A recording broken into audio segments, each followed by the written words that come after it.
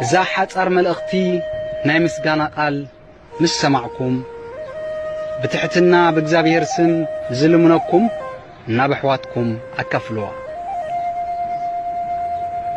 ካብ ድቃስካ ምስተንሳእካ ተመስገን በል ከይተንስኡ ዝተረፉ ብዙሓት ስለዘለዉ ካብ ዓራትኩም ምስተንሳእኩም ተመስገን በሉ ክንደይ ኣብ ዓራቶም ተጣቢቆም ዝነብሩ ስለዘለዉ ክትስሕቁ ተመስገን በሉ በብዙሕ ሽግር ክሳሎም ዘድነኑ ስለዘለዉ በእግርኹም ክትጓዓዙ ተመስገን በሉ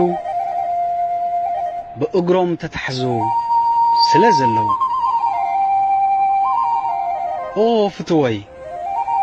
ክትወፅእ እንከለኻ ተመስገን በል ክትኣትውን ተመስገን በል ወፂእካ ብዘይ ምትራፍካ ንእግዚአብሔር አመስግን ተረፍ ክዳን እንተሃለወካ ተመስገን በል ክንደይ ክዳን ዘይብሉ ስለዘሎ ክትዕልልን ከለኻውን ተመስገን በል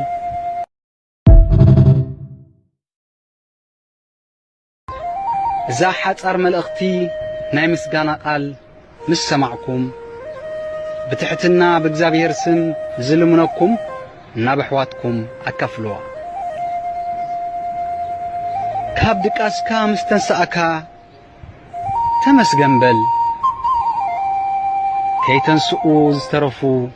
ብዙሓት ስለዘለዉ ካብ ዓራትኩም ምስተንሳእኩም ተመስገን በሉ ክንደይ ኣብ ዓራቶም ተጣቢቆም ዝነብሩ ስለዘለዉ ክትስሕቁ ተመስገን በሉ በብዙሕ ሽግር ክሳሎም ዘድነኑ ስለዘለዉ በእግርኹም ክትጓዓዙ ተመስገን በሉ በእግሮም ተታሕዙ ስለዘለዉ ኦ ፍትወይ ክትወፅእ እንከለኻ ተመስገን በል ክትኣትውን